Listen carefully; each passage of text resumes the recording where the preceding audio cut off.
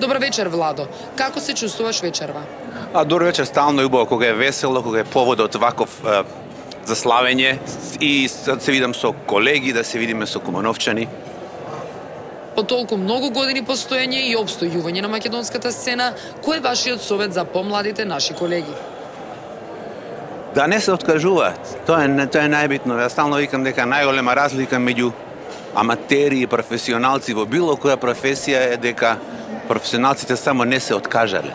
Издржале доволно долго за да не ги деморализира и да останат да го бркаат сонот кој што го имаат и да не се откажуваат, и ако не се откажат еден ден ќе станат професионалци. Значи разликата меѓу нас кои што траеме по 30 на години и оние кои што само нешто почнале па се откажале е само затоа што не издржале доволно долго. Не сме ние ни поталентирани, ни попаметни од тие кои што не успеале нешто во музиката, ние само бидат доволно тврдоглави да не се откажеме. Дали според тоа сметате дека се доволно важени, колку што заслужуваат нашите македонски артисти? Јас лично, ја и не очекувам уважување, научив доволно имам години во главата и во кариерата да знам дека не треба да очекувам ни медали, ни чест, ни почести, ни признанија, туку најголема награда која што ја очекувам од мојата професија е меракот во душата кога правам нови песни, кога пеам пред публика. Тоа задоволство ми е мене доволна награда. Значи музиката и песната за мене се доволно признание и награда. Сега дека можам да живеам убаво и да творам, тоа е најбогата професија која што можам да ја замислам. Пред 26 години влеговте во историјата на Македонија како прв представник на Македонија. Кое е вашето мислење за тоа дека Македонија веќе трета година поред не учествува со овој представник на Евровизија? Со свој представник на Евровизија? Не мислам дека е решение да дигнеме раце и да се тргнеме, иако тоа е циркус, тоа е шоу бизнес, сепак како човек кој што како рековте пред 26 години од прва рака може да го видам како изгледа, а дури и потоа со некои други изведувачи патував како автор на англиските верзии на македонските, бевме во Данска со XXL, бевме во Финска со Каролина.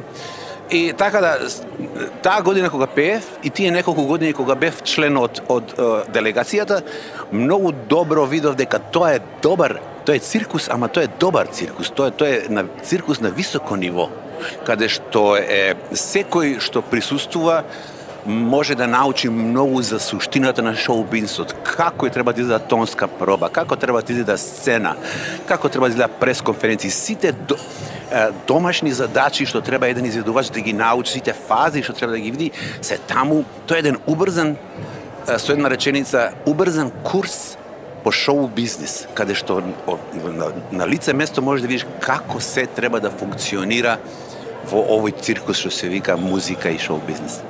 Дали може да очекуваме и вашата публика и ние една убава балада, бидејќи тоа е нешто што ние го обожаваме од вас во периодот што следи?